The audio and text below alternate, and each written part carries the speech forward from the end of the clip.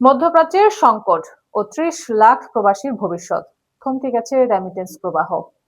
মধ্যপ্রাচ্যের চলমান সংঘাত এবং সরাসরি আঘাতের মুখে পড়েছে প্রবাসী বাংলাদেশিদের কর্মসংস্থান।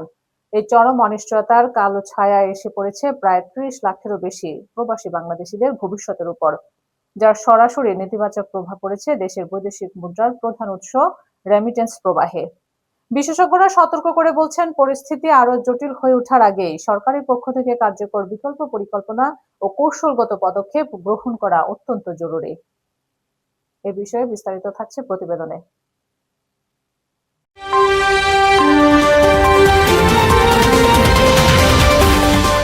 মধ্যপ্রাচ্যের সাম্প্রতিক যুদ্ধ পরিস্থিতি এবং সৌদি আরবের সৌদিকরণ বা ভিশন ২০৩০ নীতির কড়া প্রভাবে দেশটির বেসরকারি খাতে মন্দাভাব স্পষ্ট হয়ে উঠেছে।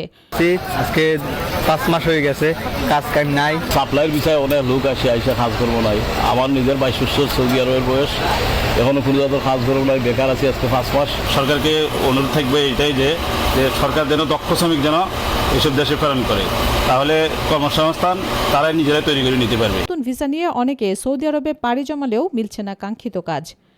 বাংলাদেশ ব্যাংকের তথ্য অনুযায়ী চলতি বছরের এপ্রিলের পর থেকে সৌদি আরব থেকে রেমিটেন্স পাঠানোর হার অনেকটাই কমে গেছে।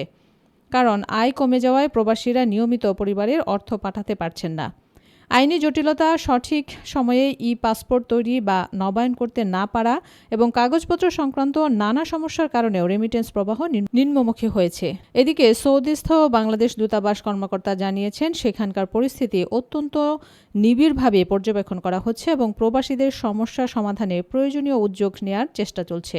তবে মাঠ পর্যায়ে প্রবাসীরা ঠিকমতো বেতন বা কাজ না পাওয়ায় এক ধরনের অস্থিরতা বিরাজ করছে। বিশ্লেষকদের মতে, মধ্যপ্রাচ্যের একক শ্রমবাজারের উপর অতিরিক্ত নির্ভরতা কমিয়ে এখনই নতুন ও বিকল্প শ্রমবাজারের সন্ধান করা দরকার, নতুবা দেশের রেমিটেন্স প্রবাহ মারাত্মক ঝুঁকির মুখে পড়তে পারে।